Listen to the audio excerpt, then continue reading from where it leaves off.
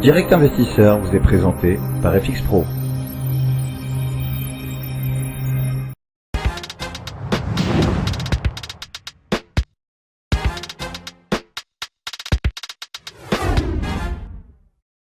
Nous sommes de retour sur Direct Investisseur et nous recevons en duplex Pierre Verret, stratégiste de marché chez ActiveTrade responsable, également de You Trading. Bonjour Pierre.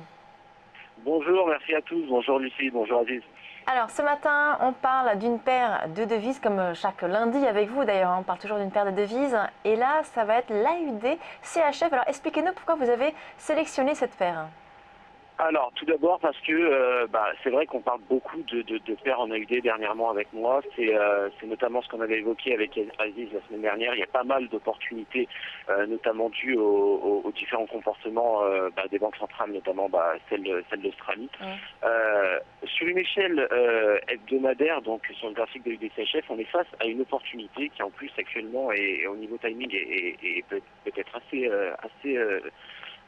opportune pour les traders à très court terme. Donc je disais, sur une échelle hebdomadaire, on est face à un marché qui se traite finalement en dessous à l'intérieur d'un canal baissier depuis le premier semestre 2013. La tendance est donc baissière. On a notamment pu voir des prix passer de 1,0352 pour aller chercher un niveau plus bas à 0,6535. Voilà, donc une belle tendance baissière, j'allais dire. Des prix qui ont accéléré dernièrement à la hausse après cette affranchie de, la ligne de tendance intermédiaire à l'intérieur du canal que j'ai également tracé sous couleur turquoise. Au niveau de l'indicateur, au niveau du RSI, on a un indicateur qui vient de repasser en zone d'achat après un franchissement des 50% qui confirme, ce mouvement accélérateur des prix juste après avoir franchi la ligne de tendance intermédiaire. Donc, à noter que c'est la première fois quand même depuis son retour en zone de vente, juste après le dernier impact qu'il y avait eu avec la borne supérieure, avec la borne haute de ce fameux canal, c'était en juillet 2014. Au niveau du MACD, celui-ci vient de repasser positif, il est acheteur et confirme le mouvement en cours. On a une moyenne mobile exponentielle à 21 périodes également qui se retourne et qui fait désormais office de support dynamique pour les prix. Donc on devrait atteindre la borne haute du canal baissier selon vous ? Exactement, Lucie, c'est exactement ce que j'allais dire. Ceci est clairement vu comme une situation haussière. C'est vrai que c'est une situation haussière à l'intérieur d'une tendance de fond baissière. Le marché a de très bonnes probabilités, selon moi, de rejoindre de nouveau le haut du canal, voire même plus, car je tiens également à attirer votre attention sur le fait que sur les deux derniers creux, on a quand même des divergences haussières notables avec les indicateurs RSI et MACD que je n'ai malheureusement pas tracés sur le graphique, mais qui sont quand même visuellement très remarquable. Maintenant, à très court terme, à plus court terme en tout cas, pour donner des opportunités à plus court terme, donc sur une échelle cette fois-ci journalière au niveau des prix, on est face à un marché qui fait des plus hauts de plus en plus hauts, des plus bas de plus en plus hauts, donc depuis mi-août, la tendance moyen terme est donc haussière.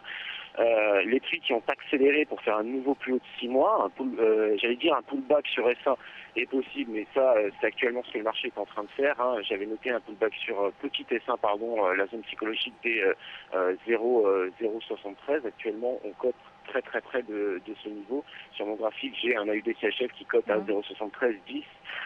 Donc on est vraiment très très proche de ce niveau. Ce niveau, selon moi, pourrait quand même représenter une très très belle opportunité pour les traders justement à plus court terme qui pourraient initier des positions longues et aller chercher des zones comprises entre 0,7666 et 0,7744. Au niveau des indicateurs, on a un RSI qui soutient la hausse en cours, qui vient de passer, qui était en zone de surachat, qui actuellement est en train de tester, de faire un petit pullback sur la zone de 70%, qui délimite la zone d'achat et de surachat.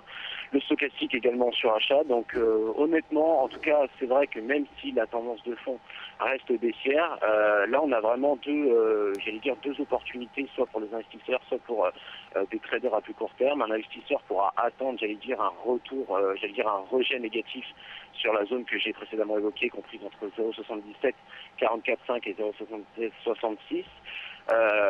Moi, vraiment, si j'étais un investisseur long terme, j'attendrais clairement un rejet sur cette zone-là, parce que, comme j'ai précédemment évoqué, sur l'échelle supérieure de temps, on a quand même une divergence haussière assez remarquable. Donc, potentiellement les prix, je dis bien potentiellement, pourraient renverser cette tendance.